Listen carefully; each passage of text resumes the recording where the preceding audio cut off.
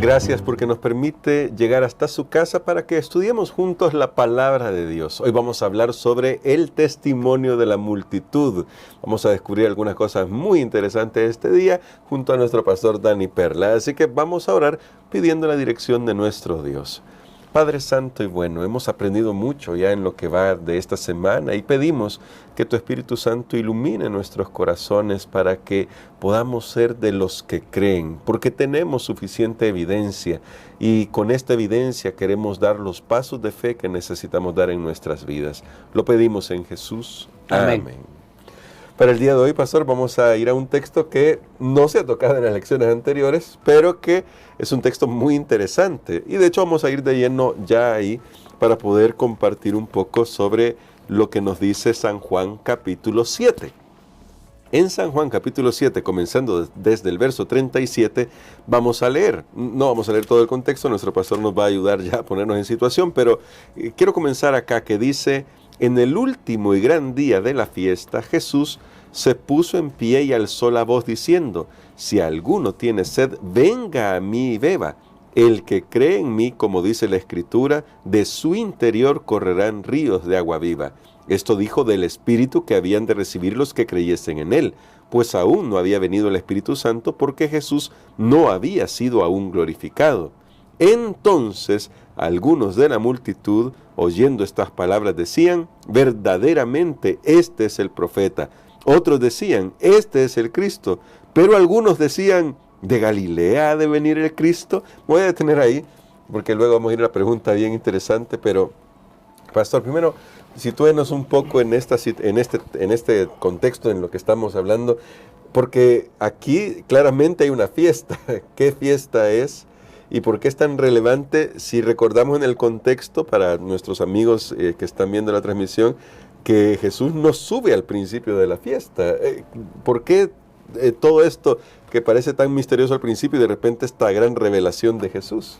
Evidentemente aquí Juan, que él sitúa muchos de los acontecimientos de la vida de Jesús, los relaciona con una fiesta judía, porque recordemos que Jesús ha venido para reemplazar y él quiere mostrar desde el principio, estuvimos notando eso, él quiere reemplazar todas esas fiestas que fueron instituidas, que eran en realidad una sombra, eran nada más una prefiguración de lo real que iba a venir, que era Cristo Jesús.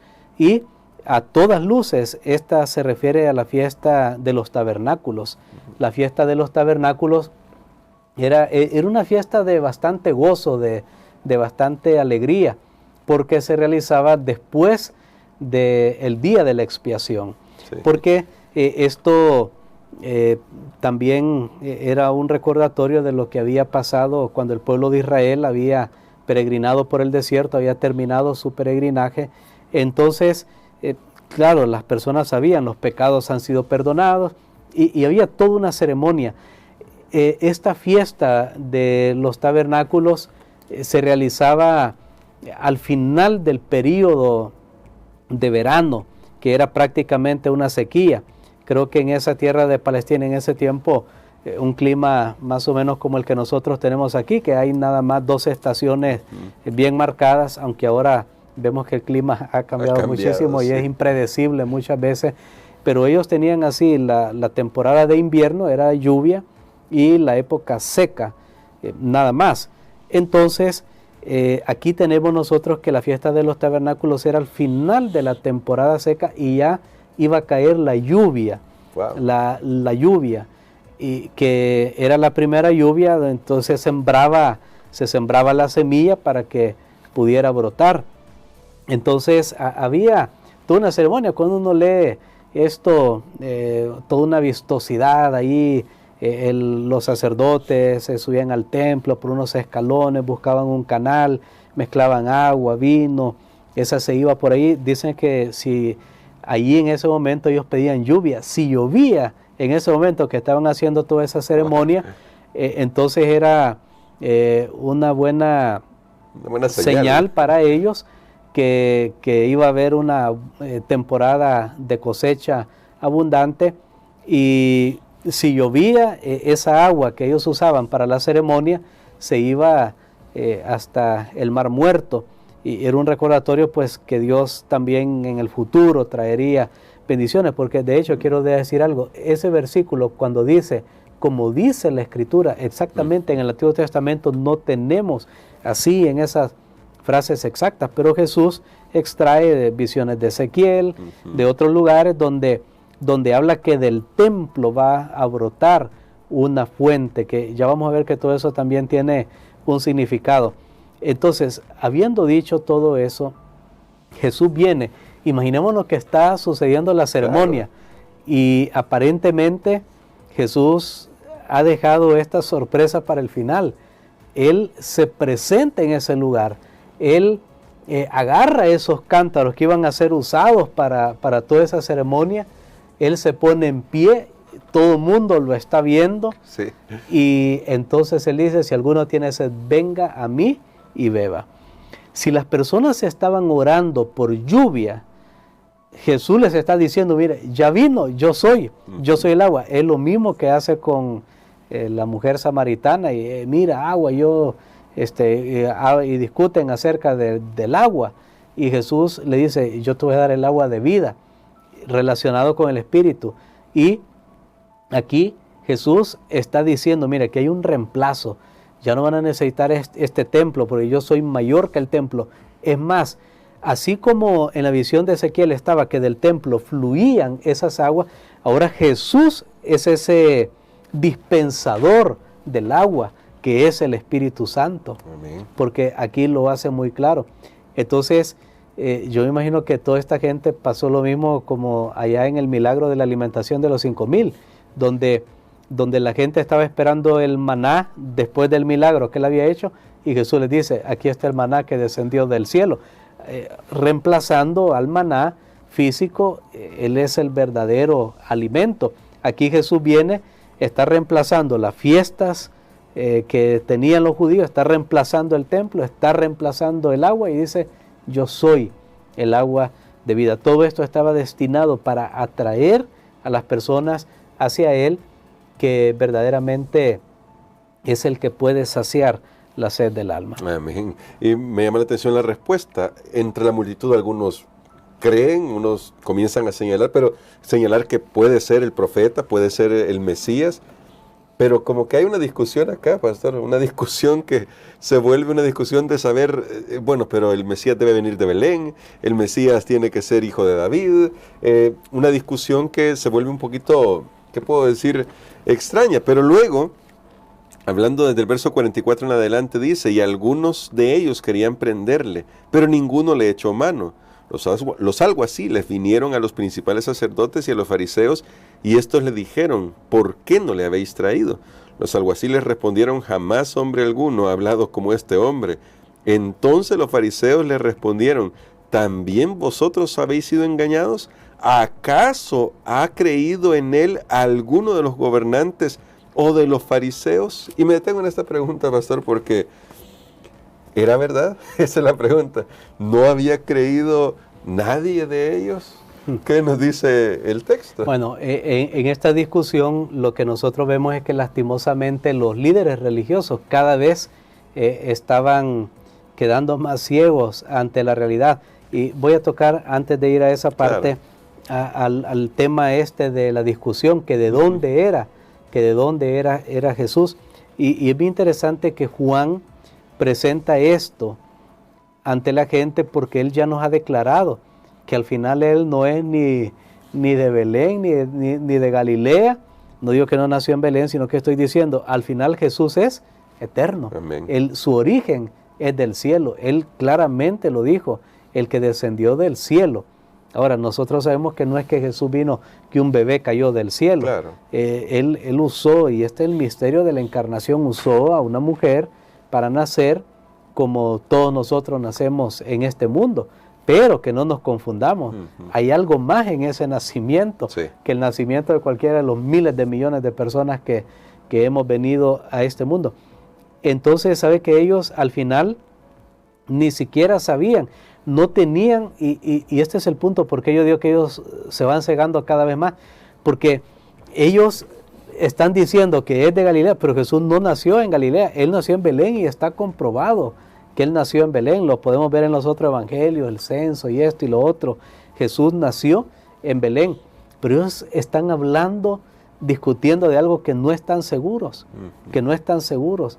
Qué tremendo que hay personas que aseguran algo y dicen, no, es que esto es así, dice, yo lo vi y esto es así, y aquí dice así, pero realmente no están siendo muy exactos. Por eso yo recomiendo, hermano Gerson, si uno quiere en verdad, quiere hablar de un tema, uno tiene que conocerlo y mejor decir, mire, yo no conozco, voy a investigar más o de eso no tengo una respuesta, porque hay personas que parecen conocerlo todo, ¿sí? y de todo tienen ya una respuesta o una solución. Tengamos mucho cuidado con ese tipo de personas. Ahora hay muchos todólogos, famosos todólogos, que se dice hoy, lo conocen todo, y si alguien dice yo conozco todo, ya sabemos que no conocen mucho, ¿verdad? Así es. Por no decir nada.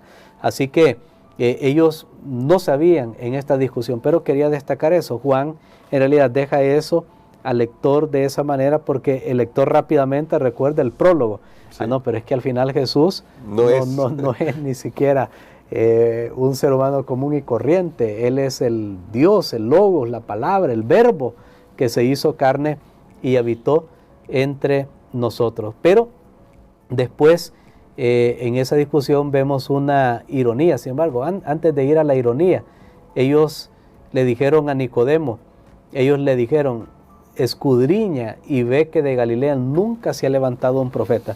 O sea que Jonás era Galileo. Así que ellos no están siendo exactos.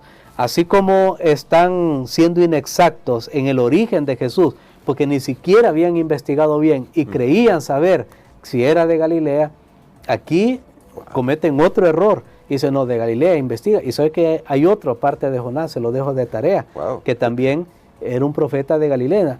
Entonces, nuevamente yo vuelvo a enfatizar esto, cuando una persona está en una discusión, se ciega.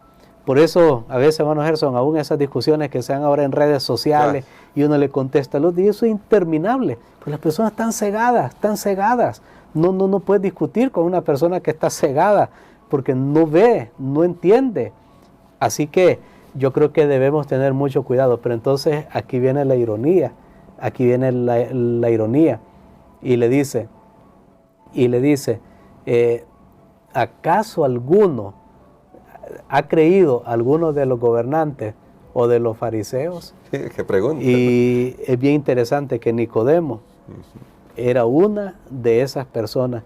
Entonces, nuevamente vemos la inexactitud de estos hombres. No sabían todo, no sabían todas las cosas. Lastimosamente, de esa manera nosotros notamos por qué rechazaron a Jesús, porque su mismo celo los cegó para entender tanto lo que estaba en las Escrituras, para ir a investigar por lo menos, bueno, vamos a ir a ver la partida de nacimiento, dónde fue que nació Jesús.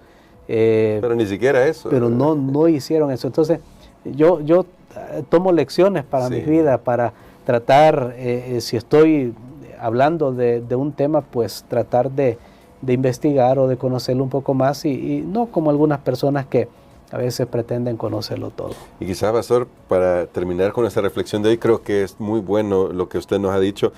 Aquí se ve bien reflejado en el verso 49 esa actitud que tienen ellos y que debemos tener cuidado nosotros. Dice, mas esta gente que no sabe la ley, maldita es. O sea, una palabra súper fuerte. Muestran un tremendo desdén por la multitud, muestran un tremendo desdén por todos aquellos que quieren creer en Jesús. Pero qué lección aquí para terminar en esta reflexión que usted estaba haciendo sobre de repente hay gente que cree que lo sabe todo, para no caer en el error de desdeñar a los demás porque creemos nosotros que ya sabemos más que todo el mundo. Bueno, los fariseos creían que el mayor pecado era ignorar las Escrituras, era ignorar la ley. Cuando dice la ley, pues podemos hacer no solo específicamente una ley, sino que hablando de las Escrituras en general, también se puede aplicar. Y ellos creían que la ignorancia de las Escrituras era el mayor pecado. Pero aquí está la otra ironía. Ellos mismos están ignorando las Escrituras. Ya vimos que están diciendo que de Galilea no hay ningún profeta, y por lo menos está Jonás, si no es que hay otros. Y ¿qué significa eso? Ellos estaban despreciando al pueblo, porque según ellos sabían más y sabían mejor, y entonces el pueblo estaba bajo maldición, ellos no, porque ellos conocían bien, pero la ironía es que ellos no conocen la Escritura. Si Jesús se los ha dicho en su propia cara, ya lo leímos en San Juan 5:39, sí. Ya lo leímos, Jesús les dice, escudriñen las Escrituras para ver que en ellas ustedes me van a encontrar a mí. Y en el versículo 40 Él les ha dicho, y no queréis venir a mí, de San Juan 5, para que tengáis vida eterna. Así que qué tremendo esto, ¿verdad? Cuando sucede ese dicho, hay dichos que dice, por ejemplo, que el comal le dijo a la olla, tal cosa, ¿verdad? Estás con tile o lo que sea, pero si ambos están igual, qué tremendo. Por eso no tenemos que menospreciar a nadie, porque lo hemos visto durante estos días que lo más importante es tener nuestro corazón receptivo al mensaje de Dios, a la obra de Dios, de los ángeles, a la obra del Espíritu Santo. Jesús ha prometido que va a enviar su Espíritu Santo, y si nosotros tomamos un tiempo para escuchar la voz de Dios, definitivamente yo creo que el Espíritu Santo va a guiar nuestras vidas. Y quisiera, pastor, que orara por eso, para que el Espíritu Santo nos guíe y todos tengamos un corazón humilde delante de Dios, reconociendo que no lo podemos saber todo, pero que si nos dejamos guiar por Dios y por su palabra, podremos avanzar realmente en la vida. Amén. Padre, gracias te damos, Señor, por esta emocionante lección. Gracias porque tú deseas que nosotros conozcamos las Escrituras, conozcamos cuál es el camino. Gracias, Padre, porque nos has dado suficiente evidencia en tu palabra para creer en ti y en tus promesas. Ayúdanos, Señor, para todas las cosas estar preparados en el nombre de Jesús. Amén. Amén.